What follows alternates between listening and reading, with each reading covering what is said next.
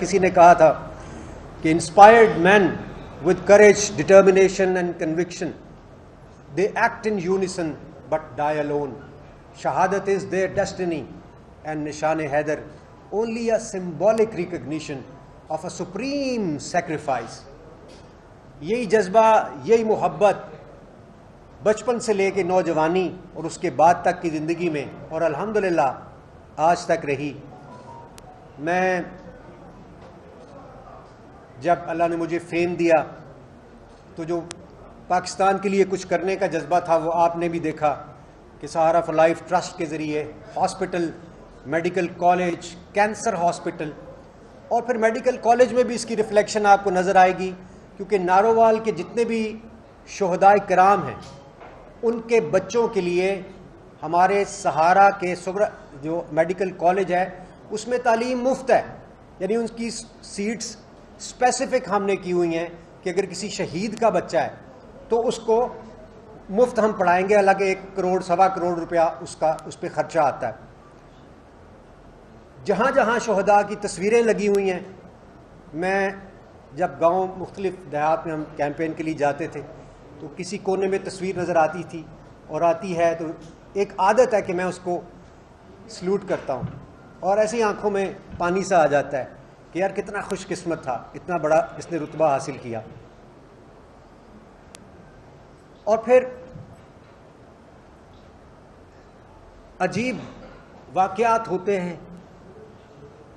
ہر سال ہم سہارا کے میڈیکل کالج میں شہداء کی فیملیز کو بلاتے ہیں، فلیگ ریزنگ سیریمنی ہوتی ہے، ان کی فیملی کو تحفے تحائف دیے جاتے ہیں، ان کو نذرانہ عقیدت پیش کیا جاتا ہے.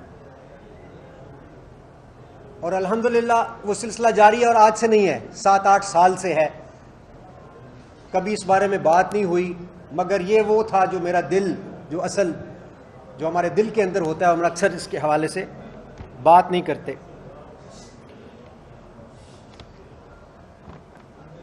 اور پھر میں سیاست میں آتا ہوں. مقصد فیم حاصل کرنا بالکل بھی نہیں ہے. عہدہ کوئی مل جائے گا، وزیر بہت سارے ہمیں ملتے ہیں جو اپنا تعارف کراتے ہیں کہ میں فلاں وزیر ہوں، میں نہیں پتہ ہوتا.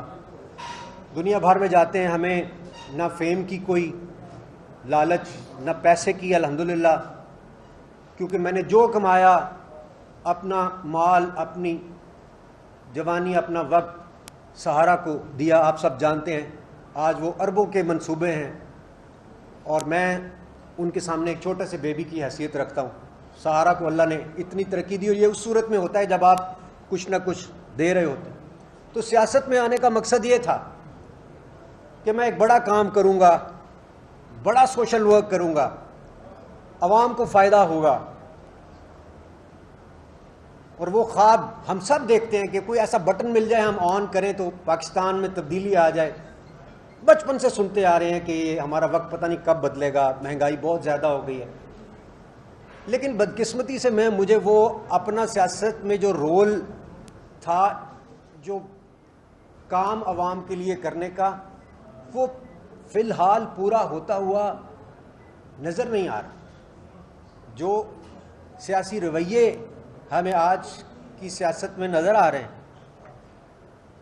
تشدد، اس میں وہ ہمیں نظر نہیں آ رہے. وہ آگے خدمت والا ایلیمنٹ مجھے نہیں نظر آتا، بلکہ جو پہلے میں کر رہا ہوں شاید وہ بھی متاثر ہوتا ہوا نظر آ رہا ہے.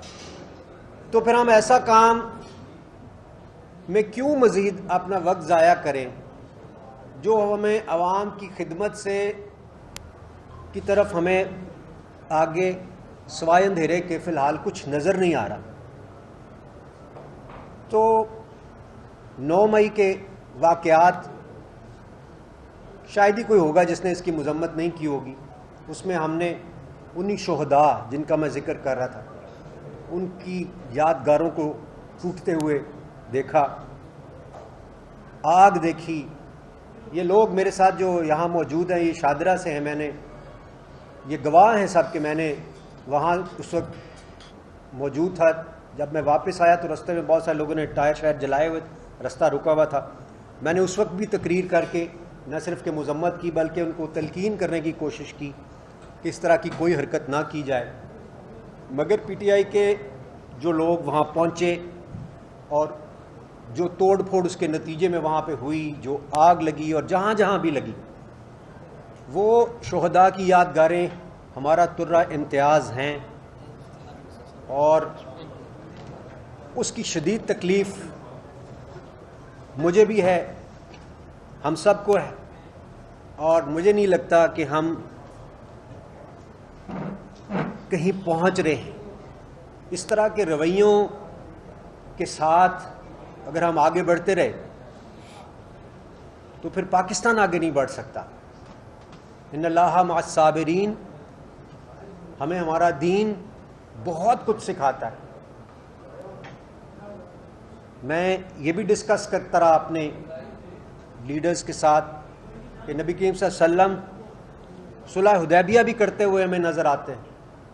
وہ پیغام ہم سب کے لیے ہے کہ کبھی کبھار ہمیں ایسے ایکٹ کرنا چاہیے، معاملہ فہمی کے ساتھ، بصیرت کے ساتھ۔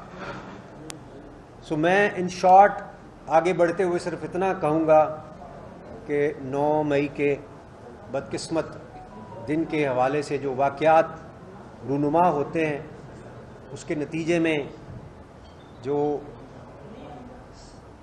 خدشات اور آگے مسائل پیدا ہوتے ہوئے اور جو ایک فیلنگز ہرٹ ہیں، ان کو دیکھتے ہوئے اور اپنا جو بھی سوشل ورک میں کر رہا ہوں اس میں پراپر پرفارم نہ کر سکنے، کیونکہ میں تو پوری دنیا میں جاتا ہوں، فنڈ ریزنگ سہارا میرے پہ ڈیپینڈ کرتا ہے، مجھے اس میں فنڈز درکار ہیں، وہ انڈیپینڈنٹ نہیں ہوا ایسا، تو اس لیے ظاہر ہے کہ مجھے اس کے لیے پاکستان کے اندر بھی باہر بھی، میرا ابھی پرسوں بھی لنڈن میں فنڈ ریزنگ ایونٹ ہے جس میں ہم پیسے لائیں گے تو لوگوں کو ظاہر ہے تنخواہیں بھی ملتی ہیں، اور ابھی تک ہر مہینے 82,000 لوگوں کا مفت علاج ہوتا ہے، تو وہ میری بہت بڑی ترجیح ہے۔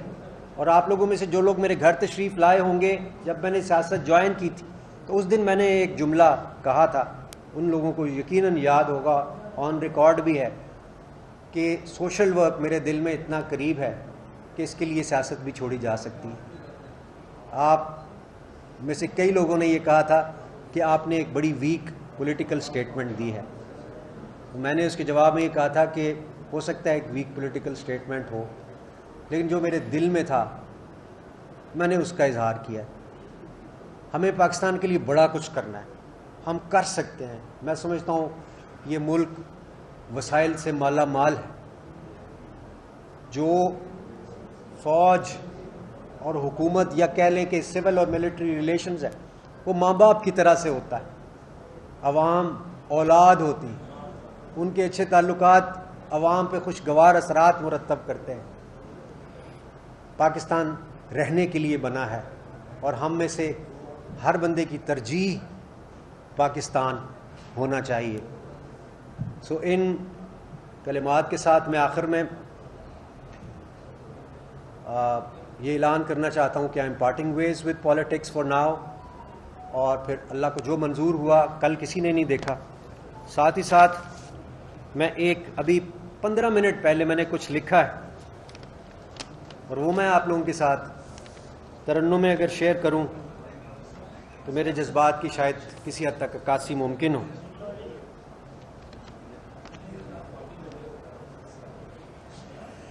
جو راہ حق پہ، جو راہ حق میں چلے گئے، ان پہ دل واروں جاں واروں، اس دیس کے ان رکھوالوں پہ میں کیا واروں کیا نہ واروں۔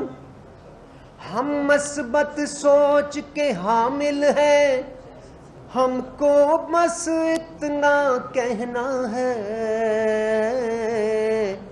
اس دیس کو قائم رہنا ہے، اس دیس کو قائم رہنا ہے، اس دیس کو قائم رہنا ہے، اس دیس کو قائم رہنا ہے۔ صاحب اس موقع پہ آپ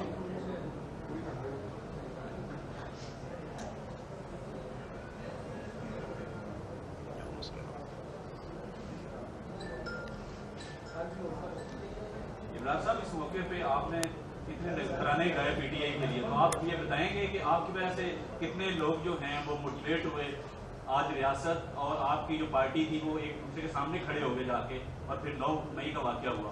تو آپ تو آرام سے آتے ہیں یہاں پریس کانفرنس کرتے ہیں، 4 آنسو بہاتے ہیں، گھر چلے جاتے ہیں. تو جو ہزاروں کارکن آپ کی وجہ سے جیلوں میں پڑے ہیں ان کے لیے تو آنسو بہائیں گے، آپ کیا کہتے ہیں ان کے لیے؟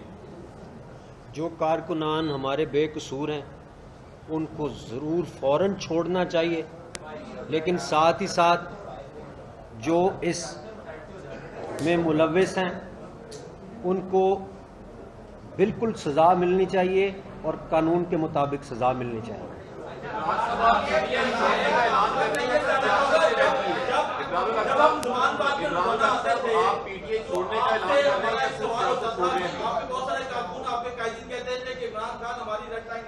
اسے گرفتار نہیں ہونے دیں گے، اور آپ ان قائدین میں شامل تھے جو کہتے تھے کہ جی عمران خان ہماری ریڈ لائن ہے. تو وہ آپ کو اندازہ ہوا کہ ریڈ لائن کیا ہوتا ہے؟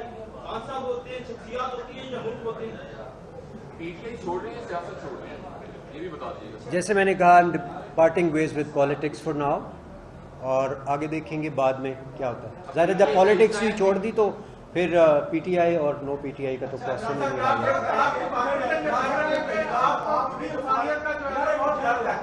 ٹھیک ہے، تو کہیں یہ بھی بتا دیں کہ جو گھر آج رہی ہے اس کے ذمہ دار آپ کس کو سمجھتے ہیں؟ مطلب پولیٹیشین کو سمجھتے ہیں یا ان کو جو ہمیشہ سے ہمارے سر پہ آ رہے ہیں؟ مجھے تو لگتا ہے یہ کنٹریبیوٹری نیگلیجنس ہے، ایشوز ہیں، لیکن ظاہر ہے کہ جو لوگ اقتدار میں رہے ہیں وہی اس کے ذمہ داران ہیں. میں اب چونکہ پالیٹکس ہی جب چھوڑ رہا ہوں تو پولیٹیکل سٹیٹمنٹ کیا دینا اور کیا نہ دینا آپ لوگوں کے سب کے سامنے